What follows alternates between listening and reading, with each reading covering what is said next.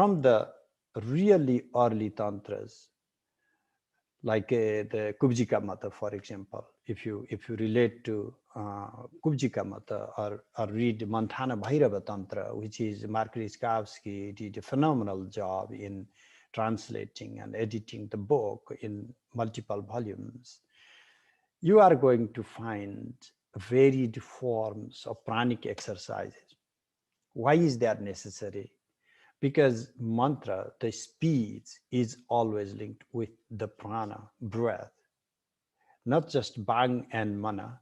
It's just a prana. The pranic connection with the speech is immediate. And without mantras, there is no tantra. Tantra as a whole system, we cannot practice if we don't even have the mantras. And without the proper channeling of the prana, without really understanding the flow of prana in different centers, we cannot even entertain the mantras. And sometimes, actually, if you do not know the prana udaya, like the basic text you can start from is a Shiva Swarodaya. It's translated in Hindi, translated in English. You can find it everywhere, I'm sure. So Shiva Swarodaya, you will know that how the Udaya, the rise of different prana, is so essential for the practice of Tantra, for the practice of mantra. It is necessary for the articulation, uchara, of the mantra to correlate with the particular location, position of Kundalini.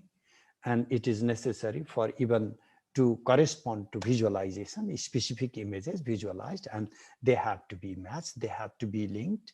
And it is necessary for even the rituals that are performed outside, but without understanding the antaha, like inner pranic relation to the external mandala, then there is no actual practice happening. So when this type of correspondence with the body inside through the channels of the mandala outside visualized, when one understands this intricacy, then one is actually practicing the one knows the system. And when one fails to understand the intricacy, then there are going to be problems. And you know that we hear so many things about tantra practice, and it is not completely unfounded, because if people randomly pick up nowadays, you know, people honestly, I'm not even making up. People pick up mantras and all these vidyas in Google and say, okay, it does not work. I have been practicing 3 years and nothing happened. And then how did you learn? And then they say, oh, this mantra I got in Google, I just followed everything. You are so lucky nothing happened. It's honestly, that's what I tell them. You are so lucky nothing happened, because really bad things could have happened because you didn't go to a proper teacher. And Google is not a teacher, you know. You can have a lot of information there, but that doesn't mean that it is the teacher for you.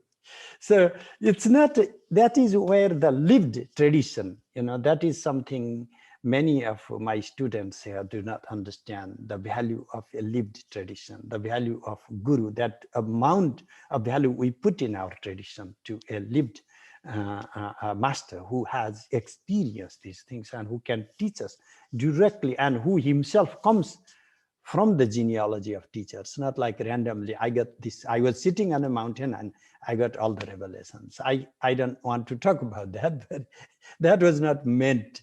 That was not what it was meant when we talked about tradition. It was not some miracle to happen. It is about the insights. It's about the experiences distilled through generations and generations and explored, experimented by so many sages and rishis and yogis and munis.